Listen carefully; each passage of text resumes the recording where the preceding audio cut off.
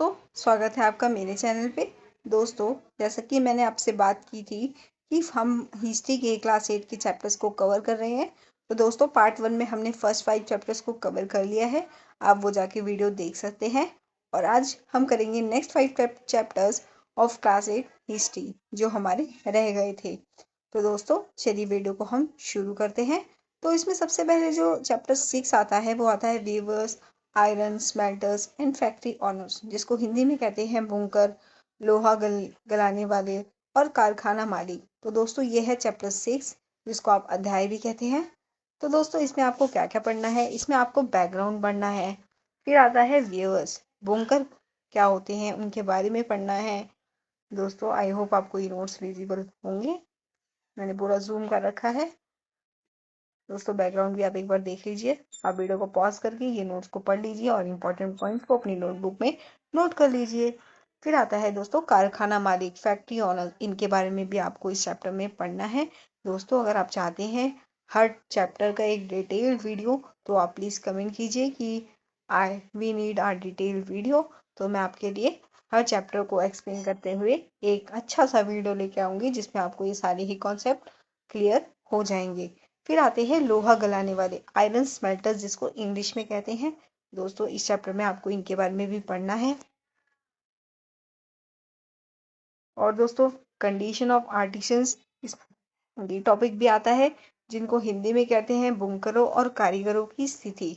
फिर आपको इसमें कंपनी का प्रभाव, इम्पैक्ट ऑफ द कंपनी, जो कंपनी आई उसका क्या क्या प्रभाव हुआ लोगों पर, सोसाइटी पर। फिर इसमें मुख्य बातें भी, कुछ की पॉइंट्स दिए हुए हैं जो आपके सीटेट के लिए एक इम्पॉर्टेंट कॉन्सेप्ट या पॉइंट हो सकते हैं। फिर इसमें कंक्लूजन भी दिया हुआ है। इसमें आपको प्रतिरोध और परिवर्तन भी पढ़ना है, जो है रेजिस्टेंस एंड चेंज। तो दोस्तों, ये चैप्टर 6 के नोट्स हैं। दोस्तों, आई होप आपको ये नोट्स विजिबल होंगे। एक बार मैं आपके लिए स्क्रॉल कर देती हूँ, फिर पढ़ते हैं हम नेक्स्ट चैप्टर की तरफ।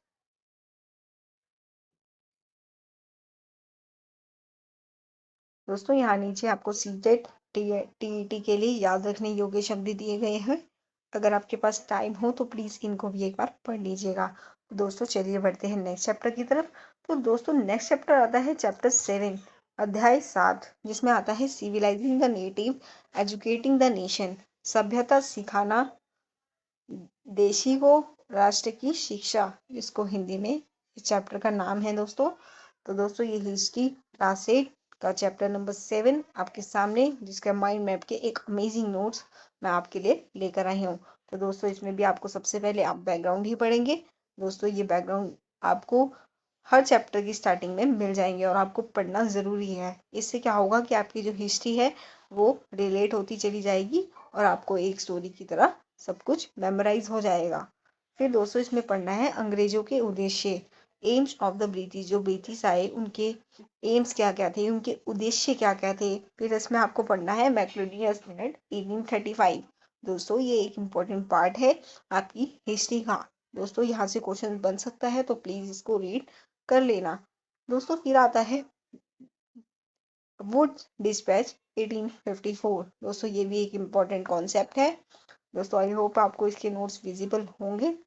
फिर इसमें दोस्तों पढ़ना है इम्पैक्ट ऑफ एजुकेशन, जो न्यू एजुकेशन सिस्टम ब्रिटिश ने लॉन्च किया उसके क्या क्या इम्पैक्ट हुए, वो इसमें आप पढ़ेंगे।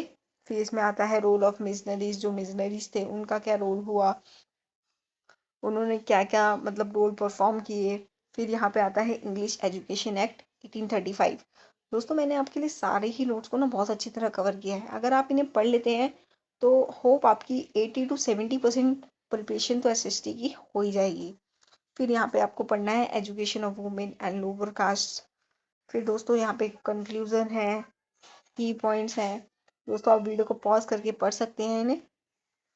फिर आता है महत्वपूर्ण शब्द। दोस्तों, ये नोट्स बनाने में थोड़ी मेहनत तो लगती ही है। तो दोस्तों, प्लीज़ आप वीडियो को लाइक कीजिए, चैनल को सब्सक्राइब कीजिए।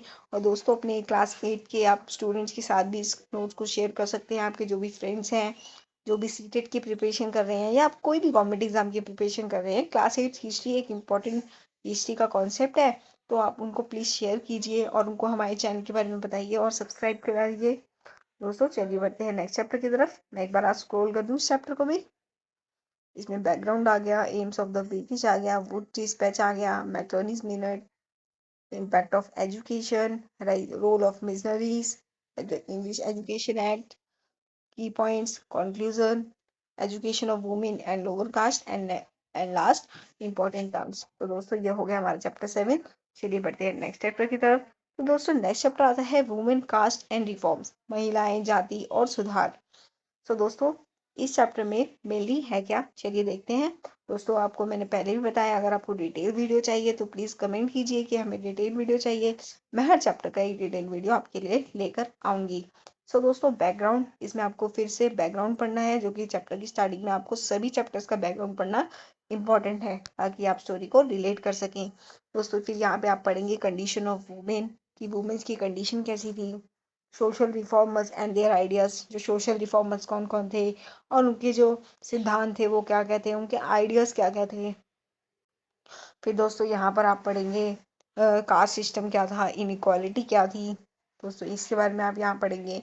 फिर मेजर रिफॉर्म मूवमेंट्स, कौन कौन से मूवमेंट्स हुए, ये भी एक इम्पॉर्टेंट पार्ट है दोस्तों, यहाँ से क्वेश्चन बन सकता है आपके सीटेट एग्जाम में। सीटेट में मोस्टली एमसीक्यू क्वेश्चन, सारे ही एमसीक्यू क्वेश्चन होते हैं, तो यहाँ से ज़रूर एक नए क्वेश्चन तो आपको मिल ही जाएगा। तो आता है रिफॉर्म्स फॉर वुमेन, इसमें इस चैप्टर में आप ये भी पढ़ेंगे कि क्या क्या रिफॉर्म्स हुए वुमेन्स के लिए, वुमेन्स की इक्वालिटी के लिए गवर्नमेंट ने क्या क्या काम किया। फिर अफेयर्स अगेन कास्ट सिस्टम के अगेंस्ट कौन कौन लोग आए, किन किन ने अपना योगदान दिया और कैसे इसको बेटर किया। फिर इसमें की पॉइंट्स पढ़ेंगे आप, इसमें कंक्लूजन भी है। फिर दोस्तों इसमें आता है आपका इम्पैक्ट एंड रिजल्ट, दोस्तों क्या क्या इम्पैक्ट हुआ, क्या क्या रिजल्ट्स हुआ। तो दोस्तों ये है आपका चैप्टर 8, महिलाएं, जाति और सुधार। तो दोस्तों मैं स्क्रॉल कर रही हूँ, आप एक बार देख सकते हैं, इसको मैं जूम कर देती हूँ। दोस्तों नोट्स ना आप खुद के नोट्स बनाइए, आपके लिए बहुत ज़्यादा बेटर रहेगा। आपको जो भी इंपॉर्टेंट पॉइंट्स लगते हैं वो आप एक रजिस्टर में नोट करते जाइए। जब सीटेट के लिए कुछ ही दिन रह जाएंगे ना, तब आपको वो नोट्स बहुत ज़्यादा हेल्प करेंगे आपकी क्विक रिवीजन के लिए। दोस्तों आप चाहे तो इन माइंड मैप का फोटो स्टेट भी करा सकते हैं। तो दोस्तों नेक्स्ट चैप्टर आता है the making of the national movement, राष्ट्रीय आंदोलन का गठन। तो दोस्तों ये तो सबसे इम्पोर्टेंट पार्ट है हिस्ट्री का। दोस्तों कोई भी गवर्नमेंट एग्जाम हो या कोई भी ऐसे टीचिंग एग्जाम हो या कोई भी सिविल सर्विस एग्जाम हो, वहाँ पर इसमें से एक ना एक क्वेश्चन तो आ ही जाता है। तो दोस्तों चलिए पढ़ते हैं इस चैप्टर में क्या है। वही सबसे पहले आप पढ़ेंगे बैकग्राउंड, जो यहाँ पर दिया गया हुआ है, आप रीड कर सकते हैं। दोस्तों फिर आता है foundation of Indian national Congress की, इंडियन नेशनल कांग्रेस कैसे बनी, क्या क्या इंडियन नेशनल कांग्रेस के मेन मेंबर कौन थे, आप इसमें ये पढ़ेंगे। फिर इसमें आता है अर्ली फेज, अर्ली फेज क्या था, मतलब 1885 टू 1905, इस पीरियड के बारे में आप इसमें पढ़ेंगे। दोस्तों इसमें फिर आप पढ़ेंगे स्वदेशी मूवमेंट 1905, जिसमें बॉयकॉट फॉरेन गुड्स हो गया था। दोस्तों ये मूवमेंट भी बहुत ज़्यादा इंपॉर्टेंट है हिस्ट्री के पॉइंट ऑफ व्यू से। फिर इसमें पढ़ेंगे आप एक्सट्रीमिस्ट एंड न्यू आइडियोलॉजी, जो न्यू आइडियोलॉजीज आई, जो उग्र राष्ट्रवादी और नई विचारधारा, इसमें आप ये पढ़ेंगे। फिर सूरत विभाजन, सूरत स्प्लिट 1907, इसमें आप ये रीड कर सकते हैं नोट्स। फिर यहाँ पे आप पढ़ेंगे होम रूल मूवमेंट 1916, इसमें की पॉइंट्स दे रखे हैं दोस्तों। होम रूल मूवमेंट में बाल गंगाधर तिलक का एक इम्पॉर्टेंट रोल था, वो आप इसमें पढ़ेंगे। दोस्तों फिर मुस्लिम लीग 1906 की स्थापना कब हुई, दोस्तों ये भी एक इम्पॉर्टेंट कॉन्सेप्ट है। मुस्लिम लीग की वजह से ही जो इंडिया का पार्टीशन था वो हुआ। तो दोस्तों ये थे इम्पॉर्टेंट टर्म्स। दोस्तों मैं कॉल कर रही हूँ, एक बार आप देख लीजिए। दोस्तों अगर आपको नोट्स अच्छे लग रहे हैं तो प्लीज़ वीडियो को लाइक कीजिए, चैनल को सब्सक्राइब कीजिए। आपके लिए ऐसे और भी अमेजिंग नोट्स मैं लेकर आती रहूँगी। अभी हम क्लास 8 की हिस्ट्री पे, अब हम क्लास 7 की हिस्ट्री को कवर करेंगे दोस्तों। फिर हम जाएंगे, सॉरी क्लास 7 की हिस्ट्री आप कवर कर चुकी है, अब हम स्टार्ट करेंगे अपनी पॉलिटिकल साइंस। तो दोस्तों जिसको आप सिविक्स भी कहते हैं। तो दोस्तों ये आज इसकी क्लास 8 हिस्ट्री का हमारा जो सिलेबस है वो ख़त्म हो जाएगा। हमने क्लास 6 की, 7 की एंड 8 की हिस्ट्री को कंप्लीट कर लिया है। तो दोस्तों हमारा लास्ट चैप्टर जो आता है the rise of Gandhi ji as a leader, Gandhi ji का नेता के रूप में उदय। दोस्तों as you all know, Gandhi ji बहुत फेमस थे अपने मूवमेंट्स के लिए, अपने नॉन वायलेंस के लिए। सो दोस्तों चलिए देखते हैं इस चैप्टर में आपको क्या क्या पढ़ना है। ये इस चैप्टर में दोस्तों सबसे पहले आप बैकग्राउंड पढ़ेंगे, कि गांधी जी कब आए इंडिया, कैसे उन्होंने उन्होंने इंडिया के लिए बहुत कुछ किया। तो दोस्तों बैकग्राउंड में आप ये सब पढ़ेंगे। फिर दोस्तों आता है इसमें experience in South Africa, Gandhi ji का साउथ अफ्रीका में क्या एक्सपीरियंस रहा। रिटर्न टू इंडिया, वो इंडिया कब आए। दोस्तों एज यू नो 1950 में गांधी जी साउथ अफ्रीका से इंडिया आए और इंडिया में उन्होंने देखा कि यहाँ की कंडीशन बहुत ज़्यादा ख़राब हो चुकी है, ब्रिटिश ने बहुत ज़्यादा अपना रूल जमाना स्टार्ट कर दिया है। फिर इसमें आप चंपारण सत्याग्रह पढ़ेंगे 1917। फिर इसमें आप खेड़ा सत्याग्रह पढ़ेंगे 1918। दोस्तों आई होप आपको ये नोट्स विजिबल होंगे। फिर आप अहमदाबाद मिल वर्कर स्ट्राइक पढ़ेंगे 1918। तो दोस्तों ये तीनों ही चंपारण, खेड़ा एंड ये अहमदाबाद मिल वर्कर्स बहुत ही ज़्यादा इम्पोर्टेंट कॉन्सेप्ट है हिस्ट्री में और आपके सीटेट एग्ज़ाम के लिए। उस टॉपिक को रीड कर लीजिएगा और इम्पोर्टेंट पॉइंट्स को अपनी नोटबुक में लिख लीजिएगा। Non cooperation movement is also an important part of history. So दोस्तों ये भी आपको पढ़ना है जो 1920 से 22 तक हुआ।